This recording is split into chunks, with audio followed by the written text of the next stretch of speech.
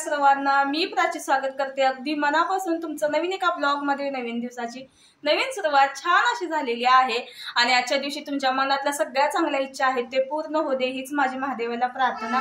कारण आज आहे शेवटचा श्रावण सोमवार, तर आज शेवटचा श्रावण सोमवार आहे। तर आता श्रावण महिना संपलेला आहे, तर आज शेवटचा आहे।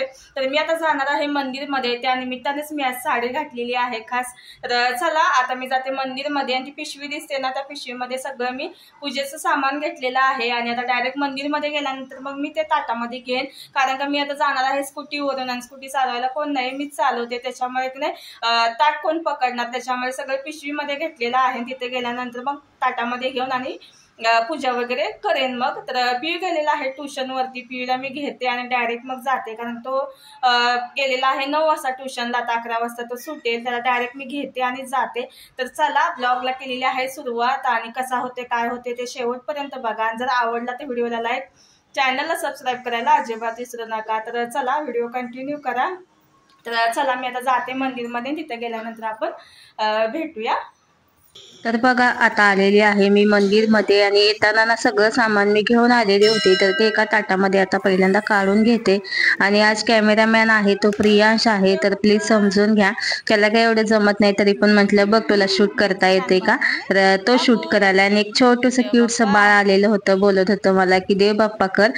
तर चला आता देवपूजा मी करून घेते। मंदिरमध्ये खूप छान प्रसन्न वातावरण झालेलं होतं, आज काय एवढी गर्दी पण नव्हती, कारण का नंतर दुपारच्या नंतर जास्त करून म्हणजे लेडीज येतात, कारण का सकाळचं मुलांचं स्कूलचं टाइम वगैरे असतं, मॉर्निंगचं स्कूल असतं त्यांचं, किंवा टिफिन वगैरे असतात, ऑफिसला वगैरे जाणारे लोक असतात, त्याच्यामुळे नाही दुपारनंतर जास्त गर्दी होते। तर मागच्या वर्षी मी आलेली होती की नाही तेव्हा खूप अशी गर्दी होती दुपारनंतर, म्हणजे पियूला मी स्कूलमध्ये सोडून आल्यानंतर आलेली होती, पण ह्या वर्षी ना खूप छान मस्त असं दर्शन झालं आणि पिंडीची वगैरे मी पूजा करून घेतली। एकदम सिंपल पद्धतीने माझे पूजा वगैरे असते, जास्त काही मी एवढी पूजा करत नाहीये। मी प्रत्येक ताईंना हेच सांगत असते की जास्त पण मी पूजा करत नाहीये, जेवढं मला शक्य होतं तेवढंच करते, त्याच्यामुळे नाही असं करायचं नसतं तसं करायचं नसतं असं प्लीज ताईन कमेंट वगैरे काय करू नका।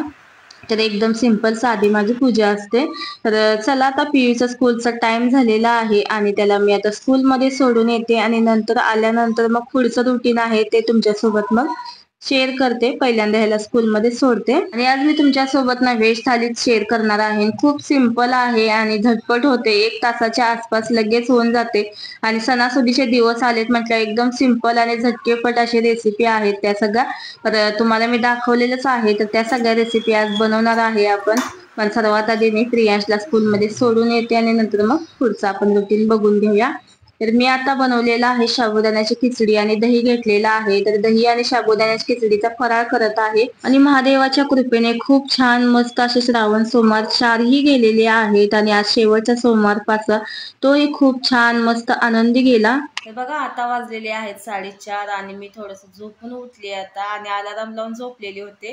4चा अलाराम लावला, म्हणजे दुपारचे 4चा अलाराम लावला, कारण का मी शक्यतो ना झोपत नाही दुपारची, झोपायला असं काय म्हणजे काय टाइम वगैरे काय भेटतच नाही। मी माझं काम जरी नसेल ना, मला काहीतरी काय ना काय काम काढत असते मी, पण आज ना असं डोळे वगैरे दुखत होते का नाही, कारण का लवकर उठते ना सकाळची आणि नंतर मग दिवसभर झोप नसते ना। आज ना 2 दिवस झालं ना अशी डोळ्यावरती झोप होते की नाही, आता म्हटलं काय पण होते जबरदस्ती नका होणं, पण डोळे बंद करून पडायचं नुसतं आणि चांगली झोप लागली तासभर। तर 3 वाजता झोपलेली, 4चा अलाराम लावून झोपले, कारण का म्हणजे झोप लागली तर म्हटलं कारण का पियूला आणायला जायचं असतं 4:30ला। तर आता 4:30 वाजलेले आहे, तर आता फ्रेश वगैरे झाले आणि आता त्याला घेऊन येते स्कूलमधून। आणि सकाळी स्कूलला जाताना इतका रडत होता का नाही, त्याला मला एक पेन्सिल हवी होती, मॅजिक पेन्सिल। तर त्या दुकानात गेल्यावर त्याला म्हणजे तूच सांग त्यांना कसली पेन्सिल तुला हवी आहे ती, त्यांना बोलतो मला जादूची पेन्सिल द्या। तर दुकानवाले ते दादा आहेत ते पण हसायला लागले, जादूची पेन्सिल कसली, तर ते एक पेन आहे,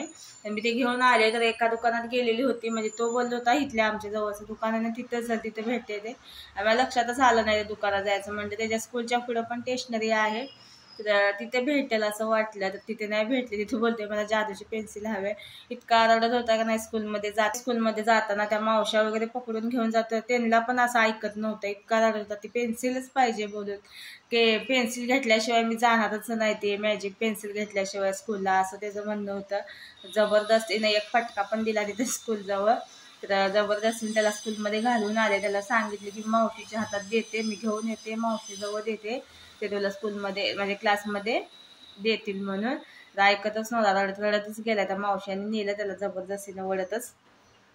तर मी येताना का नाही इथल्या दुकानात बघितलं ते पेन्सिल तशी आहे का, भेटली. म्हणजे त्यानं ना बघितले ते कुणाजवळ तरी, ते ट्युशनला गेलता का नाही सकाळी, तेव्हा ना तिथून बघून आलेला आहे तो कुणाजवळ तरी. आणि तेव्हापासूनच लागलाय की मला मॅजिक पेन्सिल हवे, मॅजिक पेन्सिल हवे. लिहिलं की त्याच्यावरती लाईटला मारायची आणि मग ते काय लिहिलंय ते दिसणार असं. म्हणजे ट्युशनवरून आल्यापासूनच त्याचं ते नाटक चालू होतं. तर येताना घेऊन आले मी आता. तर ही पेन्सिल आहे आणि ती जाताना आता घेऊन जाते त्याला स्कूलमध्ये आणायला. नाही तर तिथून सुद्धा परत घरी येताना सुद्धा दंगा करेल. त्याला सांगितलं ना मी घेतले घरात ठेवले तरी त्याला विश्वास बसणार नाही. तिथं शाळेत परत दंगा करणार. जेव्हा काही असली पेन्सिल आहे मॅजिक पेन्सिल, इथं का नाही हे टॉर्च आहे इथं समोर, काही समोर असं टॉर्च आहे, हे बटन आहे, याला असं लिहायचं वहीवरती आणि असं इथं टॉर्च हे बटन आहे की नाही ते चालू करायचं आणि तिथं टॉर्च असं त्या जिथं लिहिलं तिथं दाखवलं ना असं तर ते दिसतंय म्हणे काय लिहिलंय ते. मी काय असं फोडलं नाही, पण हे आता त्याला आणायला चालले मी स्कूलमध्ये, पण हे जाताना घेऊन जाते, नाहीतर असा दंगा करत का नाही बापरे विचित्र. तर चला त्याला घेऊन येते आणि नंतर मग स्वयंपाकाला लागूया. आणि स्वयंपाकामध्ये काय बनवणार आहे तर तुम्हाला मी थंबनेलमध्ये दाखवलेलंच आहे. तर चला त्याला घेऊन येते आणि नंतर मग ही पेन्सिल पण दाखवते कशा या पेन्सिलमुळे असा दंगा केला होता का नाही पोराने.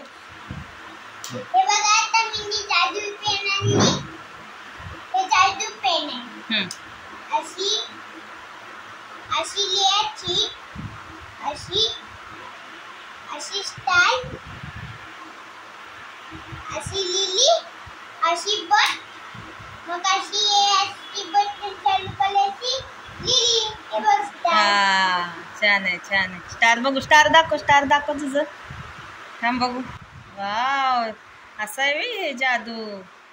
तर चला आता आपण व्हेज थाली बनवून घेऊया. तर त्यासाठी लागणार आहे आपल्याला कांदा लागणार आहे. तर व्हेज थालीमध्ये सर्वात आधी मी पदार्थ बनवणार आहे मटर पनीर. तर त्यासाठी लागणार आहे कांदा टमॅटो. कांदा टमॅटोचीच आपण ग्रेव्ही बनवणार आहे. कांदा टमॅटोच्या ग्रेव्हीमध्येच आपल्याला मटर पनीरची भाजी बनवून घ्यायची आहे. एकदम सिंपल थाली आहे आणि जास्त काही मसाले वगैरे पण लागत नाहीत ह्या भाजीला. तर चला कांदा मी कट करून घेतलेला आहे. एक मोठ्या साईजमधला कांदा घेतलेला होता त्याच्यामुळे एकच घेतलेला आहे आणि एक टमॅटो घेतलेला आहे. तुमच्या म्हणजे भाजी बनवायच्या क्वांटिटीवरती ते अवलंबून असते की किती कांदे घ्यायचे आणि किती टमॅटो घ्यायचे ते. तर चला मी कांदा आणि टमॅटो आता कट करून घेतलेला आहे. मोठाच कट केलेला आहे कारण का आपल्याला नंतर भाजून घ्यायचं आहे. आणि पनीरचे तुकडे आहेत ते मी असे उभे पातळ कट करून घेतलेले आहेत कारण का आपल्याला का नाही हे पनीरचे तुकडे आहेत ते फ्राय करायचे आहेत आणि जास्त बारीक केले तर ते तुटण्याची शक्यता असते. त्याच्यामुळे की नाही थोडेसे मोठे पीस ठेवायचे आहेत. तर मी आज ना बनवणार आहे ते मटर पनीरची भाजी आहे ते मी फ्राय करून घेणार आहे पनीर आणि नंतर मग बनवणार आहे. तर मी तुम्हाला नेहमी दाखवते ते डायरेक्ट पनीर मटर टाकून बनवते भाजी. तर तशी पण चांगली लागते आणि अशी पण खूप छान लागते. तर प्रत्येक वेळेला म्हणजे सेम म्हणजे भाजीची चव असते त्याच्यामुळे ना आपल्याला म्हणजे वाटतच असते की जरासं वेगळ्या पद्धतीने पण बनवूया. त्याच्यामुळे आज थोडी वेगळ्या पद्धतीने बनवणार आहे. तर तेलामध्ये ना तिखट मीठ हळद टाकलं आणि त्याच्यामध्ये आता पनीरचे तुकडे टाकून आपल्याला हे फ्राय करून घ्यायचं आहे मिनिटभर. तर दोन्ही साईडनं मी आता हे फ्राय करून घेणार आहे.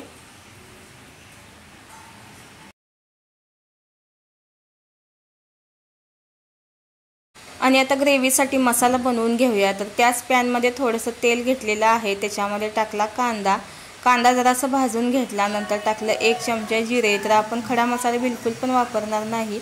आणि काजूचे तुकडे टाकलेले आहेत 5-6. तर हॉटेलसारखी टेस्ट हवी असेल तर काजूचे तुकडे टाकावेच लागतात.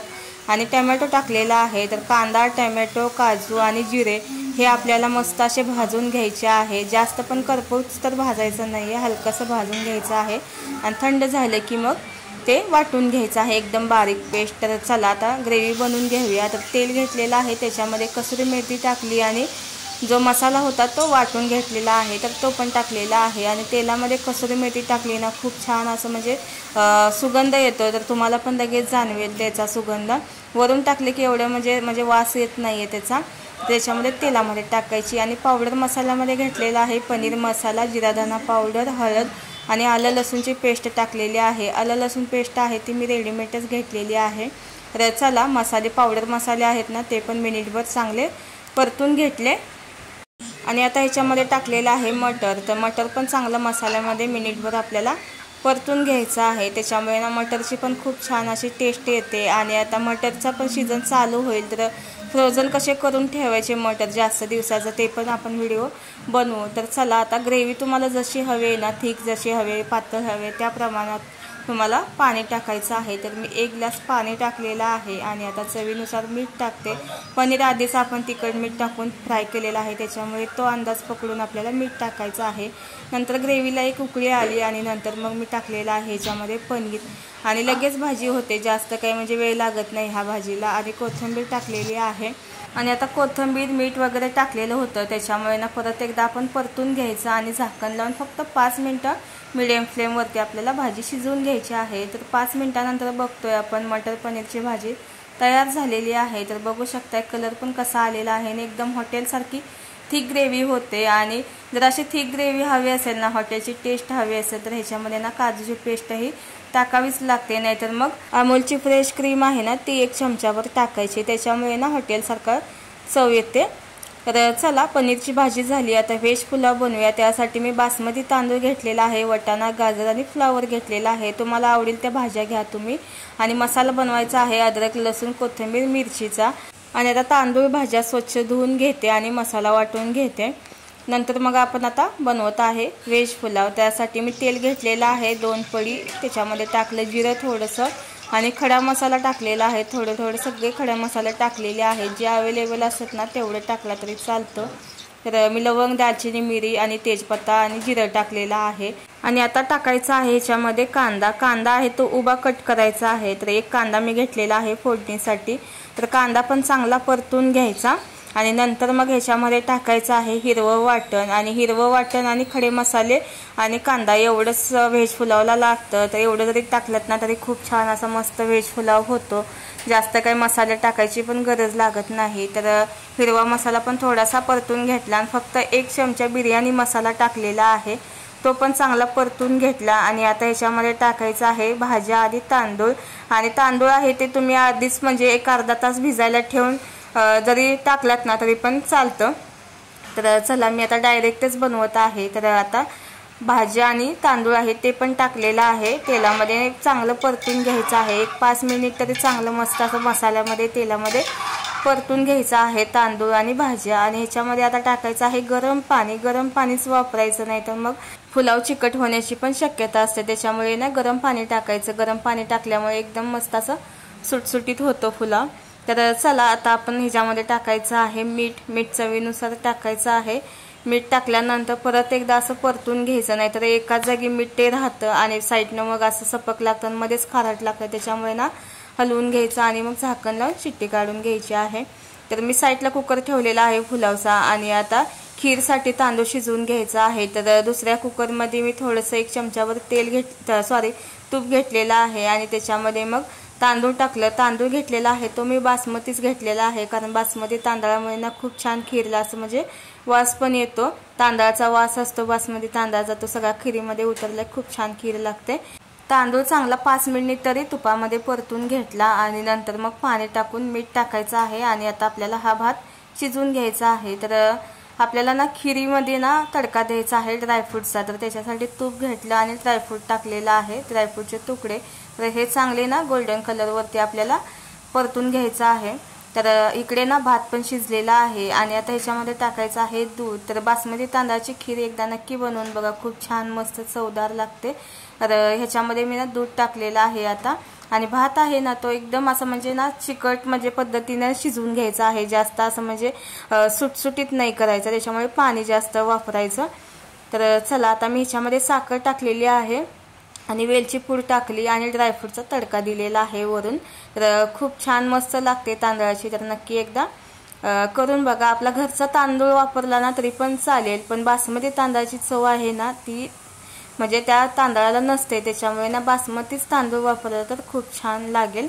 आणि मी ह्याच्यामध्ये केसरचं दूध टाकलेलं आहे आणि आता ढवळून घेतलं थोडंसं आणि आता फक्त मिनिटभर आपल्याला खीर ही शिजवून घ्यायची आहे। तर तांदळाची खीर पण सिंपल अशी आहे, पण चव खूप छान लागते तांदळाची खिरीची पण. तर बघा एकदा आवडते का तुम्हाला. आणि आता तांदळाची खीर पण झालेली आहे. आणि आता मी ना मिरची भजी बनवणार आहे. तर त्यासाठी ना बेसन घेतलेलं आहे, त्याच्यामध्ये मीठ टाकलं आणि थोडासा चिमूटभर आपल्याला सोडा टाकायचा आहे आणि तिखट टाकायचं आहे वरून. तिखट तुम्हाला ऑप्शन आहे, आवडत असेल तर टाका, नाही टाकलं तरी चालेल. पण जे पीठ असतं ना मिरचीच्या भज्याचं म्हणजे पीठ असतं ना, त्याला पण खूप छान अशी चव लागते. त्याच्यामुळे ना थोडंसं तिखट टाकलं तरी म्हणजे चालेल. तर हे आता आपल्याला नाही पीठ जास्त घट्ट पण नाही जास्त पातळ पण करायचं नाहीये. आणि आता ह्या मोठ्या मिरच्या घेतलेल्या आहेत, ह्या मी चिरून ना ह्याच्यामध्ये ना मीठ आणि हळद भरलेलं आहे, त्याच्यामुळे मिरचीला खूप छान अशी चव लागते.